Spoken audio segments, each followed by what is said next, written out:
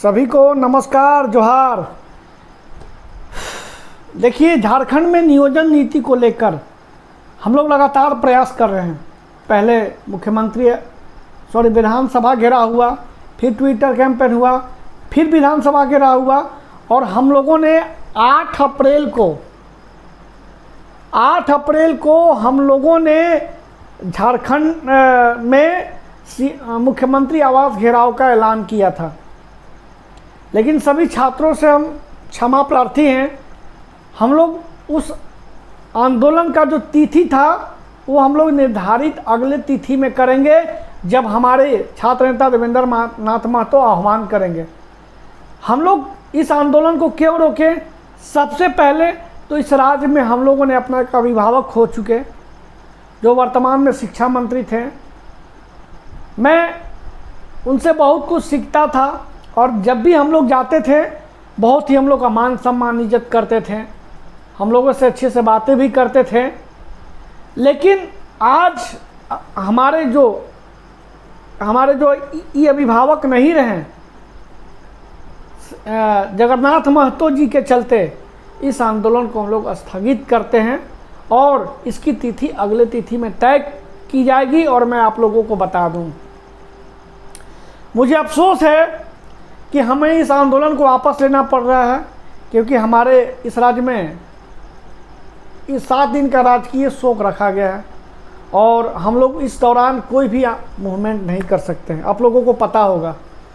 लेकिन मैं आप लोगों को भरोसा दिलाता हूं कि जल्द ही ये जी हमारे इस राज्य में जो दुखद घटना घटा है, जब हम लोग इनसे निकल जाएंगे, इसके बाद हम लोग नए आंदोलन की रूपरेखा के साथ कि कब मुख्यमंत्री आवास घेराव करना है, इसलिए हम लोग बहुत जल्द अपने YouTube चैनल पे हम आपको, चाहे हमारे जितने भी छात्र नेता है, चाहे मनोज यादव जी हो गए, योगेश भारती जी हो गए, देवेंद्र नाथ महतो जी हो गए, हम हो गए, और ये हम लोगों ने बहुत जल्द तय करके कुछ ही दिन बाद और एक सही समय तिथि तय करके आप लोगों की YouTube चैनल पे हम लोग बता देंगे।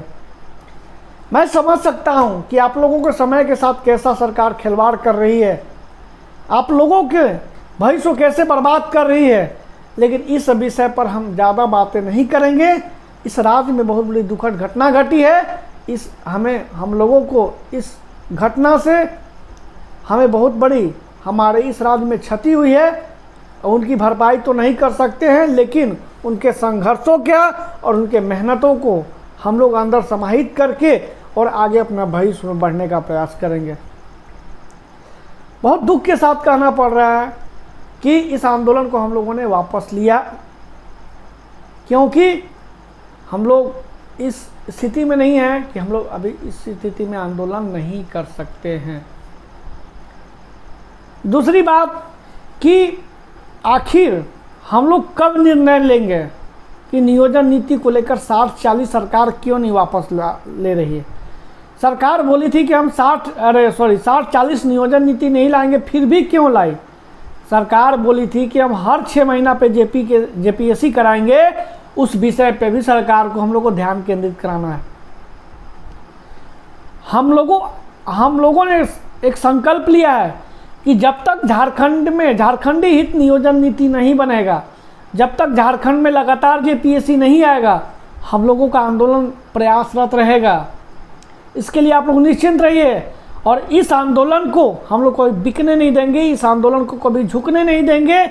लेकिन कुछ परिस्थिति ऐसी आ जाती है कि हम लोगों को इस आंदोलन कभी कभी वापस लेना पड़ता है। जैसे हम लोगों ने वापस लिया था, जैसे हम लोग आलमगीर आलम जी से वार्ता किया था, वार्ता के बाद हम लोग देखे हो सकता है कि सरकार अपना रुख ले, लेकिन इस समय हमारे सरकार में हमारे राज्य में एक बहुत बड़ा क्षति हुई है। उसकी हम लोग भरपाई तो नहीं कर सकते हैं, लेकिन उनकी यादें हम हमेशा अपने दिल में रखेंगे, चूँकि एक हमारे राज्य के शिक्षा मंत्री थे और हमारे एक अभिभावक भी थे। और छात्र हित में सही निर्णय सरकार को दिलाने के लिए अब हम लोगों को बहुत आगे आना पड़ेगा। अभी इतना एफआईआर खाने से हम लोग को डर नहीं है, अब डर है कि 60-40 नियोजन नीति सरकार कब खत्म करती है। एक संवैधानिक नियोजन नीति, एक झारखंडी हित में नियोजन नीति कब बनेगा तब तक हम लोग लगातार प्रयासरत रहेंगे। लेकिन अफसोस इस बात का है कि आप लोगों का समय भी काफ़ी बर्बाद हो रहा है, ये चीज़ हम भी महसूस कर रहे हैं। झारखंड के पूरे छात्र हित में लोग महसूस कर रहे हैं, लेकिन हम लोग ज़रूर प्रयास करेंगे और हम भगवान से प्रार्थना करते हैं कि हमारे अभिभावक श्रीमान श्री जगन्नाथ महतो जी जहाँ भी हो, भगवान उनको हमेशा खुश रखें। इसी तरीक़ा से हमारे चैनल पे बने रहिए और मुख्यमंत्री आवास घेराव जो है हम लोग बहुत जल्द तिथि तय करेंगे, तब तक के लिए इंतज़ार करिए। सभी को झारखंडी जोहार।